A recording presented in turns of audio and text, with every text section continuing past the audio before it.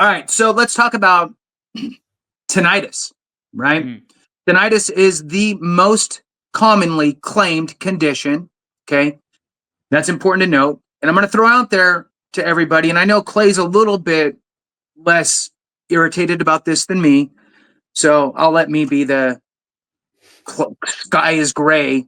So tinnitus is being eliminated from the rating schedules by the VA as a standalone condition. The VA is ripping out the diagnostic code and throwing it out the window. Tinnitus, for all effective purposes, does not exist as a standalone rateable condition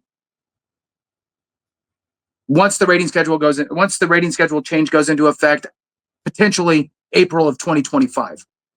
However, there is one little tiny itty bitty minute little workaround, which is if you are service connected for hearing loss, non-compensable, so 0% rating for hearing loss with tinnitus, they'll give you 10%. So that's the one workaround. But tinnitus is really disappearing. So my suggestion is those that have tinnitus and are not rated because it was not a high value claim at 10%, probably go get rated for that, even if it doesn't change your current rating with the VA, right? Maybe you're at 72, rounded to 70, and this pushes you to 73, and you're still rounded to 70, right? Who cares? Why you care is, and if you already have tinnitus, is because there's the potential of secondary conditions off of tinnitus. And again, Clay and I are not doctors, right? I don't know. Is it this big of a chance? Well, guess what? If it's that big of a chance and I have that condition, then I'm going to go have a conversation with my doctor about it to see if that one little bit of chance is actually enough to get me through the door on the VA side. So don't let anybody, me, Clay, anybody, make you feel as though your migraines, for example, from tinnitus aren't able to get service connected. That's not our conversation. You need to go have that conversation with the doctor and let the doctor tell you if it is or if it isn't. And if it is, then you need to be filing a claim as a secondary condition. A few potentials, and then I'll let you talk, Clay, are secondary conditions to tinnitus could possibly be migraines, insomnia, depression, somatic symptom disorder, and other conditions that may be related to tinnitus are asthma, which that's what this says. Have a conversation with your doctor. Asthma, chronic bronchitis, chronic sinusitis, chronic rhinitis, COPD, emphysema, I don't know, ILD, some lung disease, pulmonary fibrosis, diabetes, and thyroid disorders. I mean, it sounds like everybody that's served in the sandbox, actually. So, but here's the thing: is that if there's that big of a chance, and you have one of those, and you have tinnitus, and you need to have it as a secondary, maybe go have a conversation. Free consultation with AME. I'm just saying, information's free. That doesn't cost you a nickel. Free conversation. See if it makes sense. Clay, your thoughts? Yeah, tinnitus is probably the best example when it comes to evidence for and evidence against. And what you'll see a lot of veterans do is they'll submit migraine secondary to tinnitus on a causative relationship, which isn't going to fly. Okay, it's not going to fly at all. Because tinnitus, and I'm not saying this, the medical community is saying this, does not cause migraines. Now, taking causation out of it and going the aggravation route, that shifts your evidence, right? And so now it's like, well, hey, doc, when I get migraines and I have tinnitus, Jason and I were both mortarmen in the Marine Corps. You could imagine we have some tinnitus, okay? And I'm guessing for Jason that he has tinnitus, right? Oh yeah, right. Yes. But when I have a migraine, right, if my tinnitus isn't constant, but if I have a real migraine, just to be clear, I'm not talking about a headache. I'm talking about a migraine. Right, and if right. you've had Drop a one, horse. you know the difference, okay? Yeah. If my tinnitus starts, if it flares up or acts up or it starts when I have a migraine, it's game over, right? Whatever medication I'm on, I need to take it ASAP. that's when my migraine kind of goes incapacitating, if you will, right? And so looking at an aggravation basis, you're getting evidence for that, which AME can help you do, right? That is how you get migraine secondary to tinnitus. And so looking at causation and aggravation, that's the difference that veterans need to understand, because it shifts how you prepare your evidence. And another thing about tinnitus is you actually see the VA schedule rating disability changes, or VA SRD, is essentially falling in line with the medical community. I promise you the VA is not making medical literature up. If they were the lead on that, I think the world would have many, many more issues outside of veterans, right? And so the VA, VHA, VBA, essentially falling in line with all these studies to give a accurate, right, rating to veterans. And that accurate part is what's debatable. And so you see the VA taking out the diagnostic code, but then adding the symptom of tinnitus into the diagnostic code of hearing loss, which is 6,100, if my memory is right, out of 10%. You see tinnitus being added into vestibular peripheral disorders, or it's those three words, and peripheral vestibular disorders, however the VA says it. You see tinnitus being added as a symptom under, let's just say, vertigo or dizziness. You also see tinnitus being added as a symptom of neurological conditions, right? You see tinnitus being added as a symptom for TBI.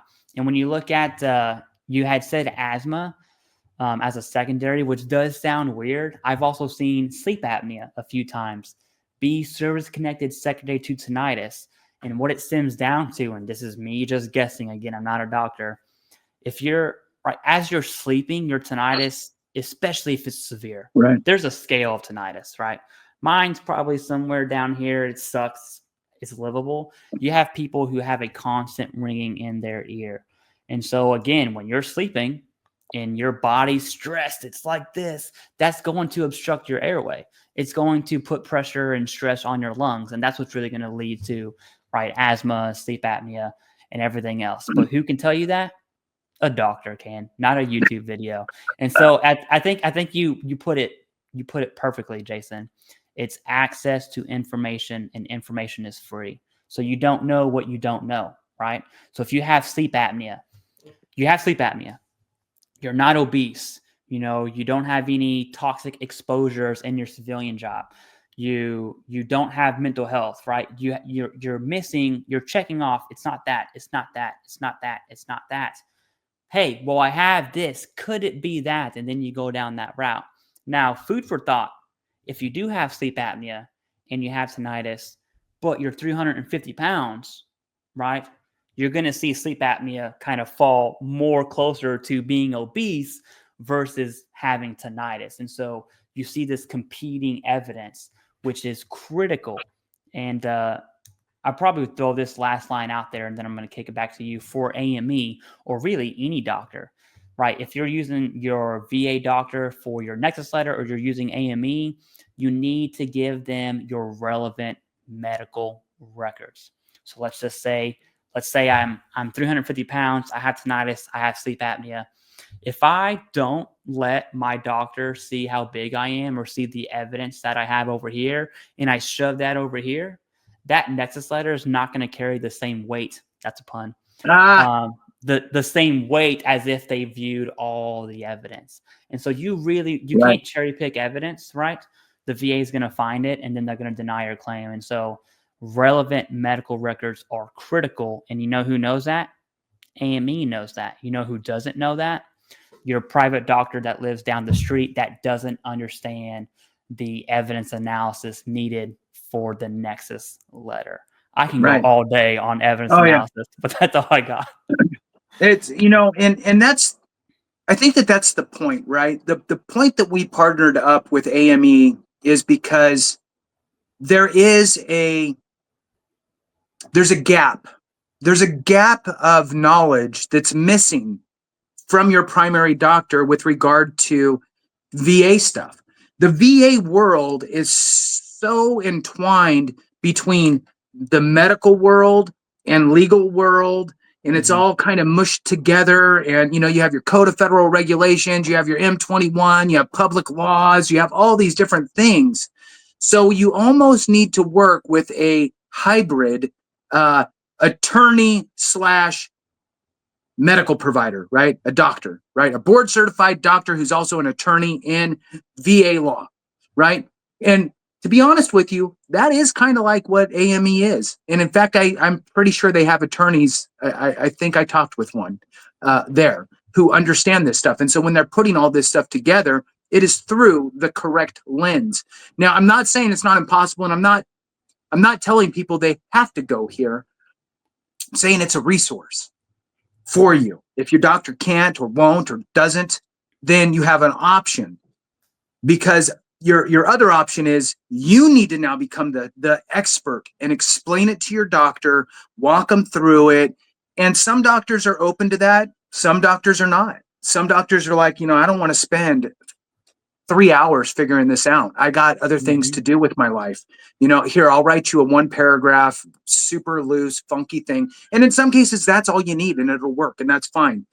At the end of the day, work with the people that you need to work with in order to put it successful. And again, Clay's not a doctor. I'm not a doctor. Work with an accredited representative. Let them be that set of eyes. Let them say, hey, look, it'd be good if you had a Nexus letter. Okay, great. Hey, I could get a free Nexus letter. This is what it looks like. It needs to be stronger than that. Can you get some more of this or that or whatever? Well, then you might need to lean on AME. I have seen Nexus letters from primary doctors that are literally 4 sentences. Yep, same. Here's your Nexus letter. Sure, it's on their letterhead and signed by a doctor and all that good stuff. I have seen Nexus letters. Remember, you are preparing for court, because if they rule against you, you're going to take it potentially to the Board of Veterans Appeals, where a judge is going to view your case. Okay, you have to think of it this way. You are supplying evidence. It is legitimately evidence. I have seen Nexus letters from AME, Clay, that have been 7, 8, 9, 10 pages long of references and pointing to different things, and you can't dispute. You just can't dispute it. There's nothing you can dispute in that Nexus letter. It is so solid that a judge would look at that and go, yeah, good. You know what I mean? So you get what you put into things, right? Treat it like $1 million deal, because it is. If you want to do half, my ex-wife used to say half-asked, right? Asked. You did it half-assed. I asked you to do this. You did it half-assed. So if you want to do it half-assed, then, you're going to get those results. So think about what you're doing, work with an accredited rep, and make sure that you document and get the evidence that you need